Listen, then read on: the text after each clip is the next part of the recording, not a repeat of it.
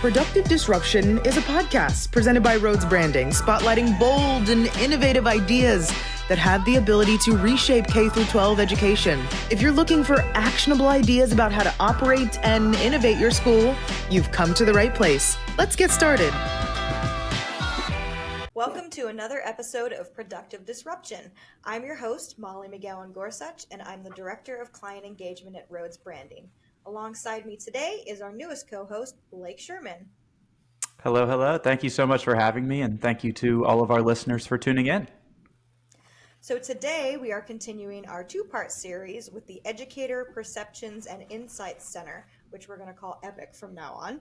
If you haven't heard the first episode in this series where we spoke to Dr. Brett Church, please go back and listen to our interview from September 7th.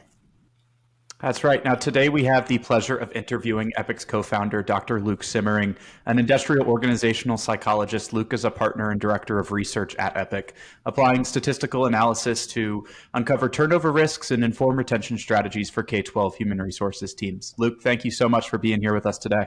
Yeah, thanks for having me. So we know leaders of all successful organizations in pretty much any industry endeavor to make informed decisions, and there's increasing emphasis placed on ROI or measurable results. So with that in mind, can you explain a bit about industrial organizational psychology and your background in it? Yeah, it's a mouthful, isn't it? It sure is. Yeah, it's somewhat of an obscure field. It's a growing field, segment of psychology. And kind of in my practice, I run my own consulting group. A lot of the work we do is working across that employment life cycle. And it started back in like the 1910s. It was the impetus for developing this field. And it really was around ROI, a lot of it initially. Why it is called industrial organizational, because the industrial part was focused on ROI and efficiency. So on assembly lines, the Industrial Revolution is really when this started to come to fruition. So looking at ways of process improvement, and with that, including metrics to monitor over time. And then the organizational piece picked up a little bit later, and you might appreciate this as being in the field of marketing, but it really was started as a way to understand consumer behavior, and then kind of bringing the two together to look at ways of productivity and ROI within the individual. So process improvement, of course, but really thinking about putting people in positions where they can be successful. And a lot of the work I do is in coaching and leadership development. We'll talk about the data piece too, because I'm a total data nerd. But thinking about organizations do have unique cultures. They have unique values, missions, and finding people, leaders, entry-level employees that would be a good fit in that environment is a big part of the field of IO psychology. So I'm sure many of you or both of you have taken personality-based assessments, which are really predictive of getting a gauge of whether this person would be a good fit and even the likelihood that they would perform. And that's where the ROI piece comes in as well, because we can say with certainty that we can determine the likelihood of an individual meeting these critical metrics of performance based on specific personality traits. We also include cognitive-based assessments as well. And that space is always evolving. I just had a conversation this morning where a large organization, I'm overseeing their talent acquisition, but they're wanting to gamify the process. Which is definitely a theme that's emerging in the field of trying to make the assessment process interactive. Because when you look at the workforce today, it's difficult to find good people, and the recruiting strategies have had to adapt. And it is, once again, you can appreciate this, it is a lot of like marketing to people to get folks that would be a good fit in that work environment. So long-winded answer, and forgive me if I provide additional long-winded answers through this conversation. But the big ROI metrics looking at our productivity, just general performance, even looking at a process, like a timeline of a process. So trying to whittle down the time it takes to make a hamburger, McDonald's comes to mind. A lot of folks in my field, and I have a training in Six Sigma, which you've maybe heard of. So I have the basic green belt in that, which is purely focused on process improvement. So a ton of metrics are incorporated there: the design, measure, analyze, improve, control process. And what we'll be talking about today, perhaps I'm biased, but I think is one of the most important metrics to measure ROI of any intervention is turnover and retention, because the cost of that is outrageous. And today we'll be talking about public education and teachers, which in the scheme of things, it might even have a greater negative impact on a school district. Often, I know in my community, I'm based here in Kansas, near Wichita, and often in the city I live in, the biggest employer is the school district. And so when you start losing educators, the community feels it. So yes, metrics are a key part. Yeah, one last thing that comes to mind too is just from some recent work I was doing as well, is around diversity, equity, and inclusion. And we have very pragmatic ways of assessing an organization's adherence to certain protocols. And there is a legal background there too. And I run what's called adverse impact analyses to make sure whatever assessment program I've put in place for an organization is not over hiring one demographic group, because we see the value in having a diverse workforce across multiple fronts. And so just another metric that commonly look at as it relates to ROI. I love that. I love that. And I think, Molly and I have talked in the past about how, DE&I is a huge initiative across any industry right now, just as that's one of the core values of this future generation of people entering the workforce, the Gen Zers going into the workforce. Now, obviously, that background is applicable to every industry, but could you walk us through how you're specifically using that expertise to improve the K-12 workforce? Yeah, it is. And Brett maybe shared in the previous conversation around the antithesis of us coming together and doing this work really was more of a kind of passion project. I've got 2 younger kids. I've been seeing and feeling the impact of teachers leaving the workforce and even just leaving education altogether. So the process itself is similar to work that I've facilitated in organizations. Often because they have the resources, understanding, and history, and see the benefit in conducting these types of studies, because it is a study, and that's where Brett and I really try to convey. This is research with meaningful outcomes attached to it. So broadly sharing the process, and Brett maybe alluded to this, a big part of it is communication. There is, and you've maybe experienced this too, there's quite a bit of survey fatigue in the workforce across industries. It's not unique to anyone, even our teachers. And that was some of the feedback we had initially, like, okay, here comes another, research project. Oh, I need to spend time doing this. But building a compelling message to say, here's the importance, and we are here. At the end of the day, our EPIC is there to amplify the voice of our educators in a reliable, standardized way. So yeah, the communication piece is critical. The data collection part is critical, of course.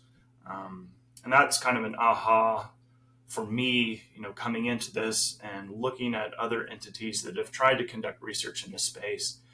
They'll be reporting on facts and figures and insights with like a 15% response rate. Which my research brain is like, and I teach analytics at a local university here in their MBA program. And if there's one thing I drive home and kind of routine practice I'll have every week is having them review like a research paper or even just an article, from Google News, and just kind of dissect it and tell me, where are the red flags that you see in this research? And the low hanging fruit, the big one, is always around sample size and representation. Right. Mm-hmm. Do you have a standardized representative sample of the population you're hoping to make insights for?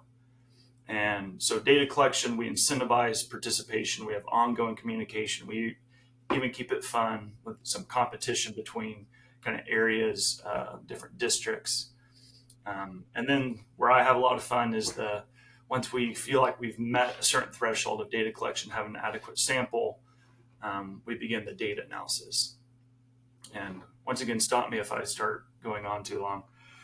But another piece that where we set ourselves apart from other research, we really pushed, and to be honest, it was a bit of an uphill battle. We really pushed to deliver insights at the school district level and not just doing the statewide, kind of at that macro lens. And most of the research that is out there is more at that macro lens, because I know that, when you look at research at that broader view across a state, for example, the insights apply to everyone and apply to no one. There's so much nuance within a school district, even within schools at times. But we really push to deliver insights and reporting at the school district level for those districts that met an adequate response rate. And so through that, we ran analyses, and beyond just what I would call descriptive analyses, we ran prescriptive analyses, which I can speak to in a little bit as well, to really see at the school district level, kind of handing off to the educational leaders in that district, here's what your teachers are saying in a consistent way.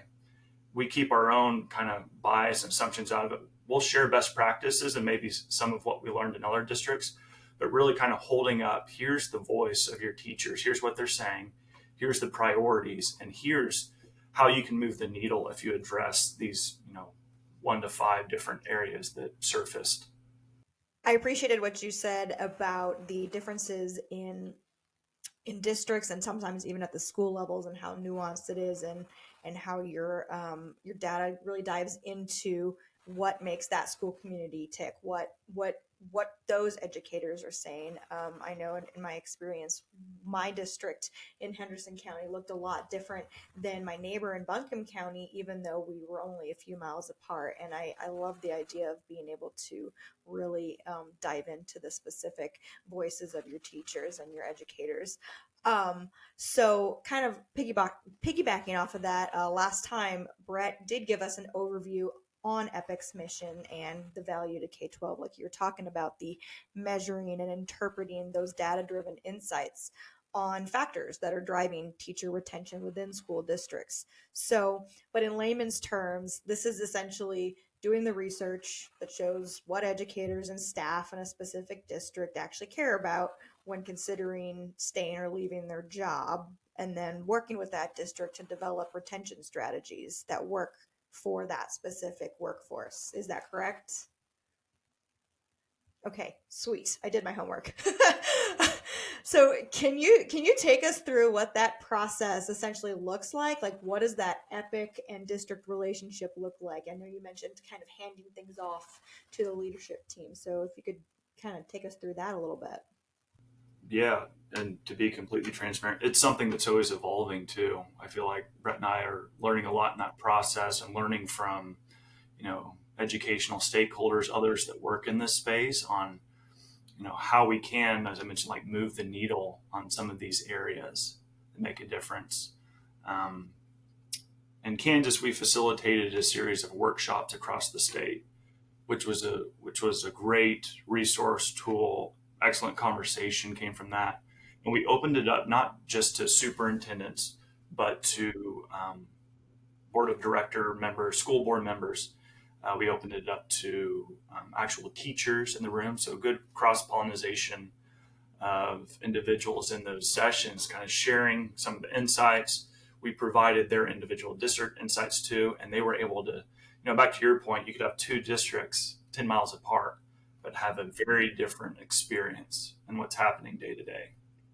And I guess with that too, a cool part of our reporting and analytics, for those that work with us, we deliver benchmarking. So we let them choose, 5 to 7 school districts that they maybe often compare themselves to, similar size, similar demographics, maybe a district where they've been losing teachers to in recent years, to share kind of how they're stacking up against an aggregate of those comparisons, which can be helpful in itself.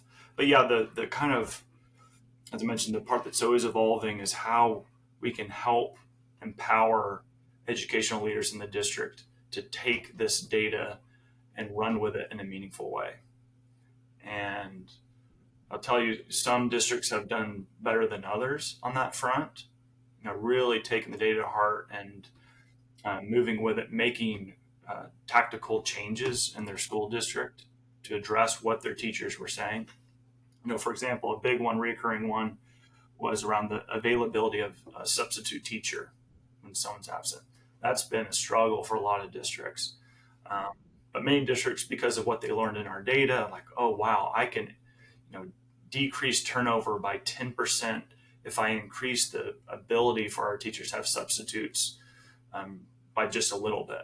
And so they invested, kind of going back to the ROI, when you see the numbers of how expensive turnover is, if you just spend a fraction of that on different programs to have a larger pool of substitutes, you'll see, and they have seen, a positive impact on the teacher experience. For sure. And I like that you bring up kind of where, that turnover really matters for the districts, right? They are not only financially, but culturally seeing the impact of that turnover after the fact. And so I think in large part, a lot of what your guys' mission is how do you get in front of that? Right. And in our previous conversations, you've spoken about how assessing the future intentions of educators in a district can provide valuable information to their HR department about the likelihood of them to leave the profession, retire, or even change districts. And I think everyone in K-12 or anyone in human resources really would agree with this in theory. But can you break down how this actually works in practice? How can districts identify these future intentions or these risk factors in advance? Yeah, how nerdy do you want me to get on the statistics? But completely nerdy. Yes, let's go full nerd.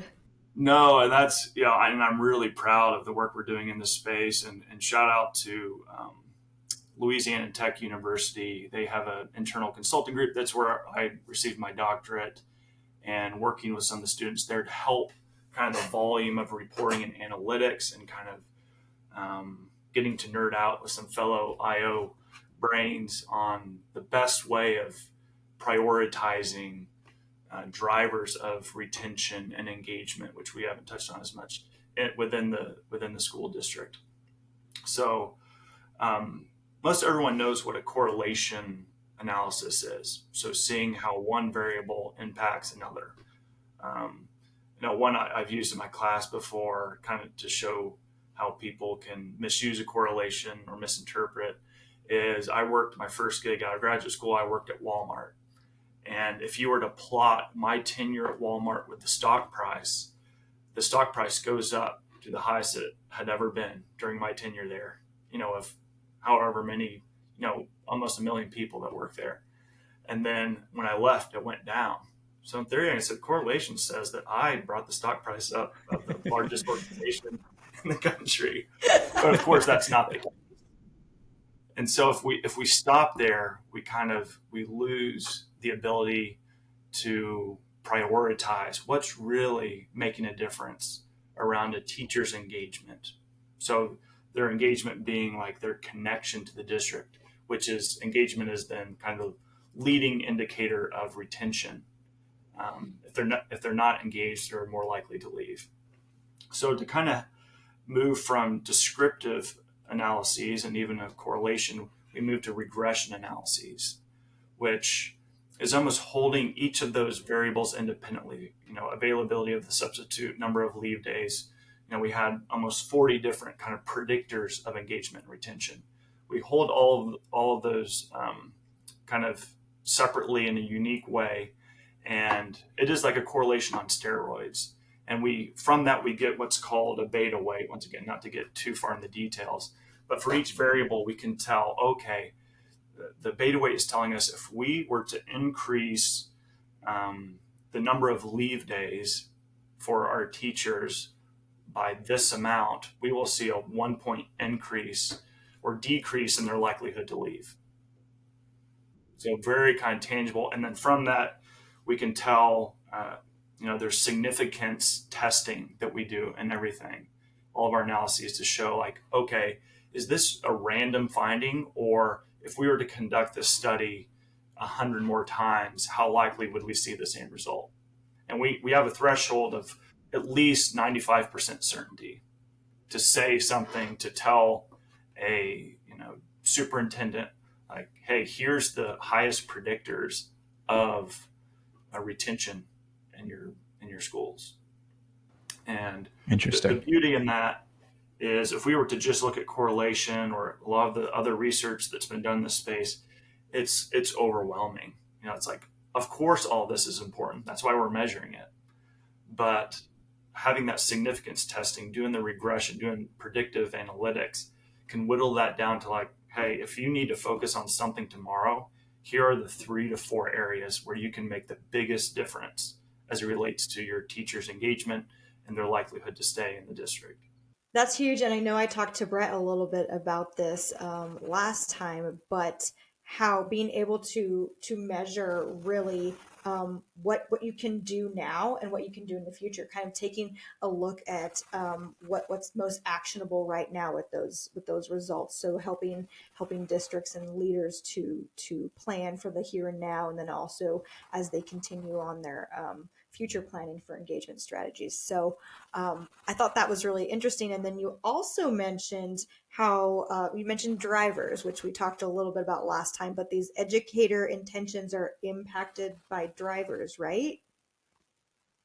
Yeah, and that's kind of the summation of the research, or is that prioritized list of, you can't boil the ocean, but here are the 3 factors that really seem to make a difference in your school district. And that's where we start seeing, like, generally, like when looking across the state, we'll see kind of reoccurring themes around, and I didn't mention before when I was explaining it, but to prioritize, it's not just looking at, what's predictive, but also looking at the descriptive level and joining the two. So at the descriptive level, what's going well, what's not going well. So, like, going back to the ability to secure a substitute teacher, that one was reoccurringly a low satisfaction area, but it wasn't always predictive of retention and engagement. So it wouldn't make that final list for some districts, even though it was kind of an area of struggle. The teachers, their voice once again was saying, yeah, it's not great, but these areas are much more important. Gotcha. And now I think we've talked about it before, but if you could explain a little bit the difference between those transactional versus the transformational drivers that you're hearing about. Mm-hmm. Yeah, just an easy term I started using to help differentiate more tactical interventions versus more kind of transformational, more kind of broader, often a bit more abstract aspects of the teacher experience that aren't as maybe just clear to an educational leader. So, the big one on the transactional side would be like current salary. And, we did see that come up as an area of opportunity, was a driver predictive of retention periodically. That's definitely transactional. And part of why I call it transactional is because there's a short-term benefit in addressing transactional factors. And maybe Brett alluded to this, but there's this concept in psychology of the escalating 0 point, which has been shown in research over and over. Like, if you give someone a $10,000 raise, their engagement, satisfaction, likelihood of leaving will go down, engagement will go up for a short amount of time, but then as human beings, we recalibrate. And that new salary, we're back to where we were before for the most part. And there's some gray area in there depending on kind of what range, and there's research around kind of what the threshold is to where you'll see kind of engagement, just enough money for someone to have a roof over their head, provide for their family, that kind of thing.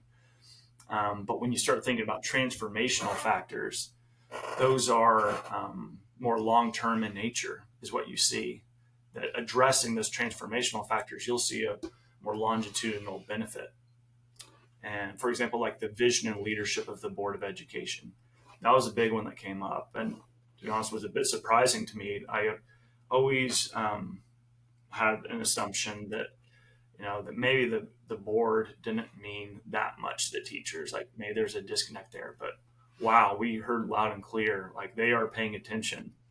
And especially recently with a lot, going on, pandemic and everything. So what are ways, once again, it's a bit more nebulous, but what are ways that we can address that area? Or a big transformational factor that we saw probably the most as the lowest rated area as it relates to the teacher experience, relates to their satisfaction, was society's view of the teaching profession. And even I, after seeing that, I was like, why did I write that item again? What do we do with that? It seems like so far out there. But having some conversations, thinking about it, there's research around occupational prestige, and even some of the districts we've worked with where that was a finding, society's view of the teaching profession, they put in place very intentional communication strategies to help educate the community about the importance of our educators. So there are, even though it feels kind of abstract, there are tangible ways of addressing some of those transformational factors. Yeah, for sure. I love that you talked about that. I went to a seminar a few months back about our society's perception on education versus a country like Finland, which is known to have one of the top education systems in the world. And a lot of it is in the prestige of the industry. That's the hardest college programs to get into in Finland. It's the highest paying jobs. And so that obviously then has an impact on society's perception of it. And I think that's definitely a place where we in the US have a huge opportunity to really bring more teachers into the industry, is by trying to flip the script on the way people think about that. But obviously, as time goes on, I think a big shift that we're starting to see is in what generations are teachers. The average age of a teacher in the United States is dropping dramatically, and used to be in the 50s and now is in late 30s, early 40s. And so we're starting to see a lot more millennials and Gen Z generations entering the industry. And so in your research with districts, are any of these risk factors or drivers that you talk about impacted or influenced by generational differences? Yeah, we are seeing a bunch there, and it's not, I don't think it's unique to just the education field either. I mean, maybe how it shows up is unique to education. We did find that the biggest population right now, I believe, was the millennials, by quite a margin. And broadly, and like organizations like Gallup and Aon Hewitt and others have done a lot of research around generations that I've referenced and looked at, and we've looked at in our data. But broadly, kind of a trend you see in that population is, and I'm a millennial as well, so I can relate to this because it definitely describes me, like wanting to, if we're going to put in time on something, if we're going to join an organization, we want to do something that feels meaningful and purposeful. And there's more for millennials compared to like baby boomers and even like Gen X, like this integration of work and life kind of overlapping. And as part of that, kind of an expectation around flexibility. There's also a lot around millennials preferring to have more autonomy, which is true for Gen Z too. There's things like we talked about before for Gen Z and millennials compared to Gen X and baby boomers, of an expectation around diversity, and want to make sure whatever organization they're working for are taking steps to think about that and address that, have an inclusive work environment. So those are some of the high level themes that we're seeing kind of broadly in the schools. I guess the big one would be around the concept of job mobility. Millennials and Gen Z, even though it's a smaller population right now, just are more open to, there's not the same sense of loyalty as what we've seen in the past. So they are more open to other opportunities as they surface. So whether it's in the field of education or not, there's this mobility factor that they just have a proclivity for. And that can be outside the profession. It could be just like moving district to district. And Brett and I have done some research around that. There's cost incurred even when a teacher stays in the field but moves 10 miles down the road. But definitely something we're keeping our eye on, some of these differences. And I guess kind of a refreshing finding in that too, when looking into a school district and parsing out by generation, we often see the same drivers. So whether a baby boomer or a Gen Z, it's like, we need some dang substitute teachers is have a shared commonality there, which is good. And that helps our messaging as well. When we're helping the superintendent prioritize where to focus his or her attention. Yeah, for sure. And I think kind of going off that a little bit, obviously there's going to be differences between generations and, what are their, most important factors in wanting to stay versus leave a job. But there's also a lot of times, like you just mentioned, where there's crossover between generations. And so when determining, whether these risk factors correlate specific to generations, obviously to our earlier conversation, you want to be careful not to misinterpret any correlation. So how are you guys going about that process of not only finding those correlations, but then determining whether is this something that's just this generation, or is this something that's consistent across generations? Yeah, it really goes back to kind of our standard of analysis and significance testing. Mm-hmm. So yeah, we'll see differences, but then we run it through the filter of significance testing and say like, okay, yeah, millennials are lower as it relates to their experience in this area, but it's not a significant difference. There's a lot of error and randomness wrapped up in that. So, but there were like a few at the macro level, like I talked about. So millennials were rated lower on their satisfaction as it relates to their experience working with a diverse population. Now, it kind of gets into that. They have an expectation that that's occurring, and it may not be occurring to their liking, and even an expectation around having relationships with others. We did see significant differences between millennials and Gen X and like baby boomers. And so that is, to answer your question, we definitely don't want to make these assumptions, because there's a lot of assumptions out there too when it comes to generational differences. And it goes back to what I said before of like, they can apply to everyone and no one. At the end of the day, we want to get as granular as possible on your population of teachers, on your leaders there, and parsing out what's noise and what's a meaningful difference. Sure. When you were mentioning the mobility factor, going back to that, that's something that when I was talking to Brett about, he said, something that a district or some leaders have done there in addressing that, taking the data to actually inform the strategy, was noting that maybe this particular generation in this particular district wasn't really thinking about staying around for 35 years. They're not going to do that track, perhaps, that maybe their previous generations of teachers have done. So the idea of, you're going to be able to cash in all your unpaid leave or whatnot, or whatever that incentive was, it wasn't really doing much for them, right? So Brett was saying, taking that and knowing that as a district leader is incredibly empowering, because then you can know, hey, this can maybe be chopped off of the incentive block, and let's put this resources into something else.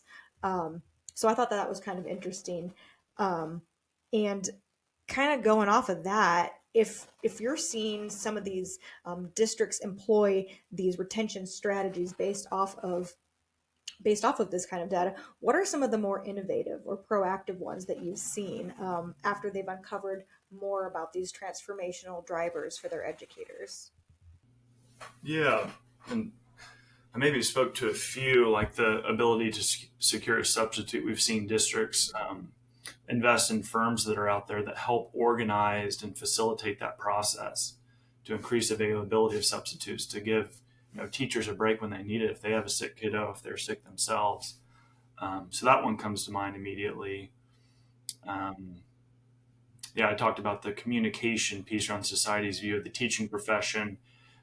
And that was one, once again, where I felt surprised, like it's going to be hard to make recommendations, but that's where the insights and experience from some of our partners we work with came in, like, do you know what? There is a way of addressing this. Let's build a communication plan and let's show support for our teachers. That was my world, the communication plan. And I was thinking when you were talking about that, that's the perfect opportunity to synergize with your communications department and HR and Epic if they're working with you. So yeah, I had to get excited about that. Yeah, one more comes to mind. I just remembered, which I thought was really interesting and something we've talked to some leaders at the state level, et cetera. In our research, we had questions around professional development, and it seemed like teachers, educators were happy with the availability of professional development, but they weren't satisfied with the quality of the professional development. And so districts we worked with where, that was a low satisfaction, was a predictive, it was a driver of retention and engagement. They really took that head on. Many districts took it head on and kind of did an audit of their professional development, and even did some work, surveys, getting input from teachers around like what kind of professional development, what could be improved as it relates to quality, and walked away with some very tangible ahas, like, oh my goodness, yeah, we can work that into our professional development because we've got the tools and resources and funding. We just need to shift on what we're focused on, what the scope of that professional development is. And that's ROI, knowing where to spend your money, right? For sure.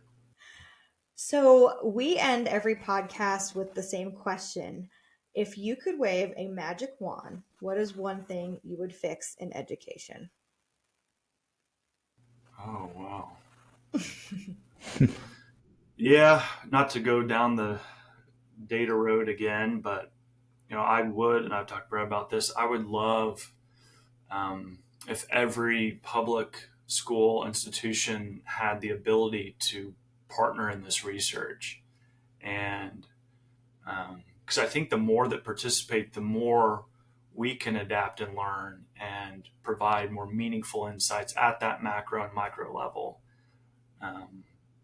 So the magic wand piece, I guess, it would just be, conveying like every educational leader in public schools having a stronger sense of urgency around this. Because it's like the frog in boiling water, or whatever analogy you choose, just like the trickle of losing teachers. And before we know it, it's going to be like crisis mode, it feels like, especially for some areas of the country, some districts. So yeah, the magic wand, I would say, just increasing that sense of urgency around this area of teacher retention, teacher turnover. I love that. Well, Luke, thank you so much for your time today. And if our audience members would like to connect with you, where can they find you? Yeah, luke.simmering at sandcreekadvisors.com. You can reach me there. We have our Epic website as well. I don't know it off the top of my head, but I think it's epic.edu. But we have some cool information out there, and always eager to hear from others and learn. As I mentioned, a big part of our success has been connecting with other folks in this space that have a passion for education. So, thanks for having me.